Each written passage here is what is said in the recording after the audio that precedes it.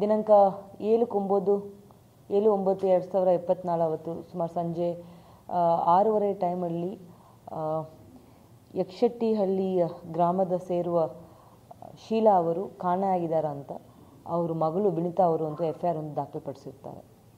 ಈ missing complaint ಏನಾಗಿತ್ತು ಅಂತಂದರೆ 7ನೇ ತಾರೀಕು ಸುಮಾರು 2 ಸಮಯದಲ್ಲಿ ಅವರು ಮನೆ ಇರುವಾಗ ಅವರು ಹಬ್ಬ ಮಾಡೋಕ್ಕೆ ಮಗಳು ಅವರು ಹೊರಗಡೆ ಹೋಗಿರ್ತಾರೆ ಮತ್ತು ಅಮ್ಮ ಅವರು ಮನೆಯಲ್ಲಿ ಇರ್ತಾರೆ.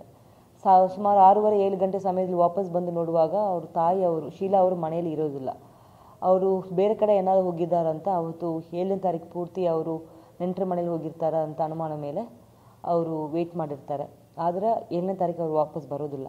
ಮತ್ತು ಸಂಶಯ ಮೇಲೆ 8ನೇ ತಾರೀಕು ಬಂದು ಮಿಸ್ಸಿಂಗ್ ಕಂಪ್ಲೇಂಟನ್ನು ಬೇಲೂರು ಪೊಲೀಸ್ ಸ್ಟೇಷನಲ್ಲಿ ಒಂದು ಮಿಸ್ಸಿಂಗ್ ಕಂಪ್ಲೇಂಟ್ ದಾಖಲುಪಡಿಸ್ತಾರೆ.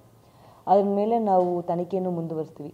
ತನಿಖೆಯನ್ನು ಮುಂದುವರಿಸೋ ಸಮಯದಲ್ಲಿ ಕಂಪ್ಲೇಂಟ್ ಆದ ವಿನಿತಾ ಅವ್ರಿಗೆ ಸಂಶಯ ಅಂತ ಬರುತ್ತದೆ. ಅವರು ತಾಯಿಯನ್ನು ಕೊಲೆ ಮಾಡಿರಬಹುದು ಅವ್ರ ತಂದೆ ಅಂತ, ಮತ್ತು ಒಂದು ದೃಶ್ಯಾವಳಿನೂ ಅವ್ರ ಕಡೆಯಿಂದ ಅವ್ರು ಸಿಗಿರ್ತದೆ. ಅದರ ಮೇಲೆ ಅವರೊಂದು FIRನು ದಾಖಲುಪಡಿಸ್ತಾರೆ. ಅವರು ತಾಯಿಯನ್ನು ಅವ್ರ ತಂದೆ ಆದ ಜಗದೀಶ್ ಅವರು ಕೊಲೆ ಮಾಡಿದ್ದಾರೆ ಅಂತ ಒಂದು FIRನ್ನು ದಾಖಲುಪಡಿಸಿದ್ದಾರೆ. ಇದರ ಮೇಲೆ ನಾವು ತನಿಖೆ ಮಾಡೋ ಸಮಯದಲ್ಲಿ ಜಗದೀಶ್ ಅವರು ವಿಕ್ಟಿಮ್ ಆದ ಶೀಲಾ ಅವರಿಗೆ ಕೊಲೆಯನ್ನು ಮಾಡಿ ಅವ್ರ ತೋಟದಲ್ಲಿರುವ ಒಂದು ಬಾವಿಯಲ್ಲಿ ಬಾಡಿಯನ್ನು ಹಾಕಿರ್ತಾರೆ. ಅದಾದಮೇಲೆ ತನಿಖೆಯನ್ನು ಮಾಡಿ ಬಾಡಿಯನ್ನು ರಿಕವರ್ ಮಾಡಿ ನಾವು ತನಿಖೆಯನ್ನು ಮುಂದುವರಿಸಿದ್ವಿ. ಪ್ರಾಥಮಿಕ ತನಿಖೆಯಲ್ಲಿ ಪ್ರಮುಖವಾದ ಆರೋಪಿ ಜಗದೀಶ್ ಅವರು ಗಂಡ ವಿನಿತಾ ಅವ್ರ ತಂದೆ ಮತ್ತು ಶೀಲಾ ಅವರು ಗಂಡ ಆದ ಜಗದೀಶ ಪ್ರಮುಖ ಆರೋಪಿ ಅಂತ ನಮಗೆ ತನಿಖೆಯಲ್ಲಿ ಕಂಡು ಬಂದಿದೆ. ಆದರೆ ಅವರು ಇದು ಒಬ್ಬರೇ ಮಾಡಿದಾರಾ ಇಲ್ಲ ಬೇರೆಯವರು ಇದರಲ್ಲಿ ಶಾಮೀಲಾಗಿ ಮಾಡಿದಾರಾ ಅಂತನ್ನೋ ಬಗ್ಗೆಯೂ ನಾವು ತನಿಖೆಯನ್ನು ಮುಂದುವರಿಸಿದ್ವಿ.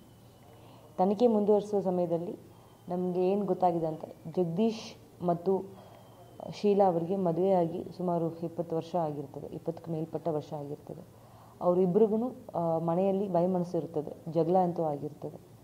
ಕೊರೋನಾ ಟೈಮಲ್ಲಿ ಅವ್ರ ಮಗ ಒಬ್ಬರು ಇರ್ತಾರೆ, ಅವರು ತೀರ್ಕೊಂಡಿರ್ತಾರೆ. ಅದಾದಮೇಲೆ ಇವರಿಬ್ಬರಿಗೂ ವೈಮನಸ್ಸು ಜಾಸ್ತಿ ಆಗಿರ್ತದೆ. ಸುಮಾರು ಡಿಸೆಂಬರ್ ತನಕ ಅವರು ಎಲ್ಲರೂ ಒಂದೇ ಮನೆಯಲ್ಲಿ ವಾಸ ಆಗಿರ್ತಾರೆ. ಜನವರಿ ತಿಂಗಳಾದ ಮೇಲೆ ಅವರು ಬೇರೆ ಕಡೆ ಮನೆ ಮಾಡಿಕೊಂಡು ಜಗದೀಶ್ ಅವರು ಬೇರೆ ಕಡೆ ಮನೆ ಮಾಡ್ಕೊಂಡು ಹೋಗಿರ್ತಾರೆ. ಅಮ್ಮ ಮತ್ತು ಮಗಳು ಮಾತ್ರ ಒಂದೇ ಮನೆಯಲ್ಲಿ ವಾಸ ಮಾಡಿರ್ತಾರೆ.